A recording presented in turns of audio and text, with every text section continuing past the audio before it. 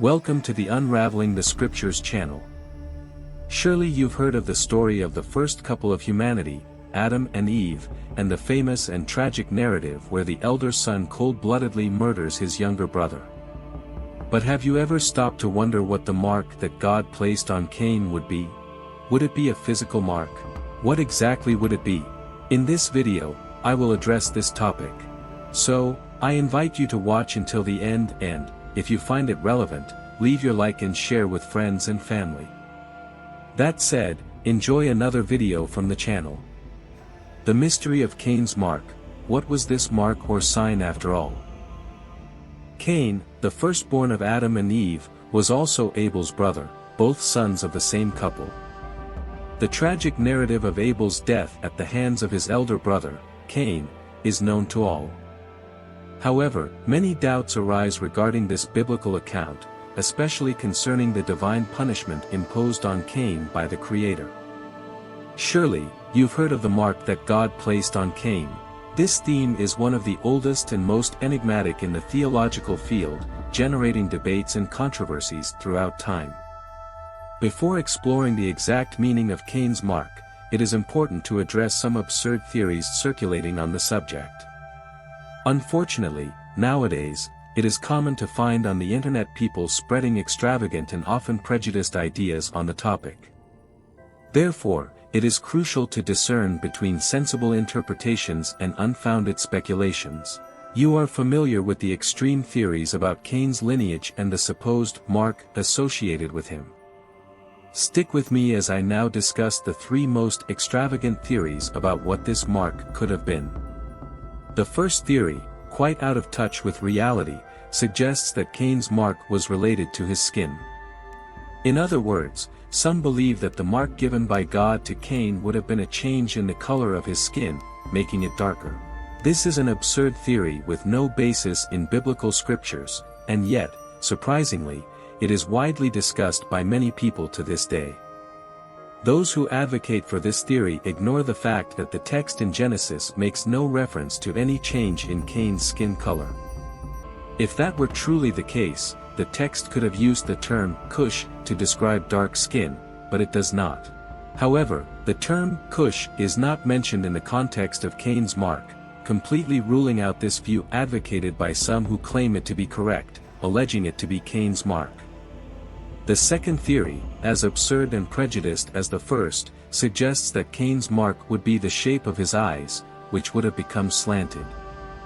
This theory erroneously associates Cain's descendants with peoples from the Far East, such as the Chinese and Japanese, suggesting that they would be cursed descendants. However, like the first theory, this one is false and has no basis in Hebrew or Aramaic terms. It is a discarded and deceitful theory, as well as deeply prejudiced. This is the second theory that some people continue to propagate on the internet to this day. The third absurd theory widely spread on the internet today suggests that Cain's mark would still be present in his descendants to this day, and that these descendants would be wandering the world.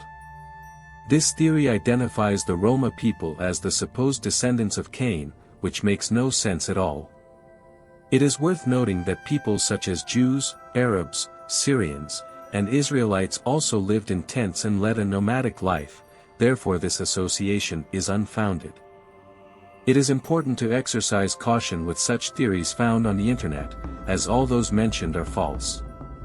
Now, returning to the biblical text that speaks of Cain's mark, we find in Genesis chapter 4, verse 15, "But the Lord said to him, Not so, if anyone kills Cain, he will suffer vengeance 7 times over. Then the Lord put a mark on Cain so that no one who found him would kill him." Genesis 4 verse 15. In the ancient Phoenician Hebrew text, the term for Cain's mark or sign is oti, which is the Hebrew equivalent.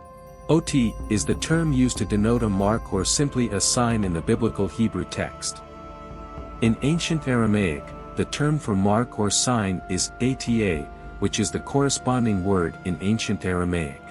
Therefore, ata means mark or sign in Aramaic, somewhat similar to oti in Phoenician Hebrew. In Aramaic, the term is ata, while in Phoenician Hebrew it is otu. both denoting the idea of mark or sign.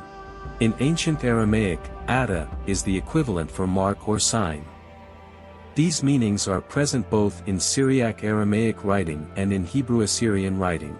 Thus, the term for the word mark or sign is discussed based on these ancient languages. So, what exactly would this mark or sign represent? This mark or sign would be a spiritual protection granted by God to Cain, to ensure that no one would kill him. The text suggests, in its context, that God assured Cain that no one could take his life. But why would God have done this? This protection was granted so that Cain would live with the consciousness of his act of fratricide, carrying the weight of that guilt for the rest of his life. However, it is important to note that this spiritual protection would not imply immortality for Cain. Although some may interpret it that way, Cain is not considered immortal to this day. Events such as the flood and other later biblical circumstances clearly indicate that Cain did not live forever. There are, however, accounts in ancient texts and books, such as the Book of Jubilees, that address the death of Cain. Although the Bible does not explicitly mention Cain's final fate, these ancient writings provide additional perspectives on the matter. The Book of Jubilees, in particular, is widely respected and considered a valuable source both in academic and Christian circles, often regarded as inspired by the Holy Spirit by some scholars and believers. If you are not familiar with this book, we have a recent video discussing this fascinating book that addresses some aspects and mysteries of Genesis. In the Book of Jubilees, it is reported that Cain's death was a tragic accident, occurring when his own house collapsed upon him, leading to his demise. This ancient text provides this explanation, suggesting that despite being protected against death at the hands of others, Cain met his end due to misfortune. Another account of Cain's death is found in the Book of Jasher, where it is mentioned that he was accidentally killed by Lamech and his son. However, this account is controversial as it is not entirely reliable, and there are discrepancies regarding the identity of the person they killed, as the biblical text does not clearly specify Cain as the victim. The Book of Jasher is an ancient text mentioned in some passages of the Bible but is not part of the biblical canon itself. The name Jasher means the upright or the righteous, and the book is often referred to as the Book of the Upright in some translations. It is important to note that there are several different works claiming to be the Book of Jasher, some dating from different periods and with distinct contents. The most well-known is a work dating from the 17th century, which is a reprint of a supposedly older Hebrew text. However, the authenticity of this work is contested, and many scholars consider it to be a forgery or a work of historical fiction. The Book of Jasher is mentioned in two specific passages in the Old Testament of the Bible. The first mention occurs in Joshua 10 verse 13, which says, "And the sun stood still, and the moon stopped, until the nation took vengeance on their enemies." Is this not written in the Book of Jasher?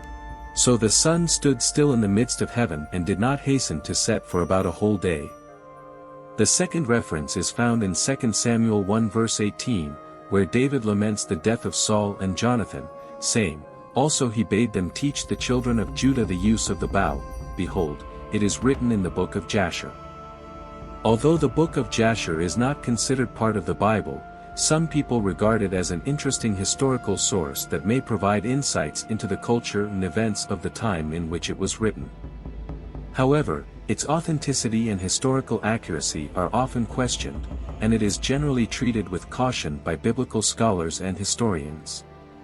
Despite controversies surrounding these accounts, the Book of Jubilees is widely respected, with archaeological findings confirming its antiquity, dating back to the 7th century BC. Thus, in both the Book of Jubilees and the Book of Jasher, different versions of Cain's death are presented. In the former, his own house is the cause of his death, while in the latter, one of his descendants is held responsible. I thank everyone who has watched up to this point and invite you to leave your likes and comments on the video. May you all be blessed by God, and see you soon.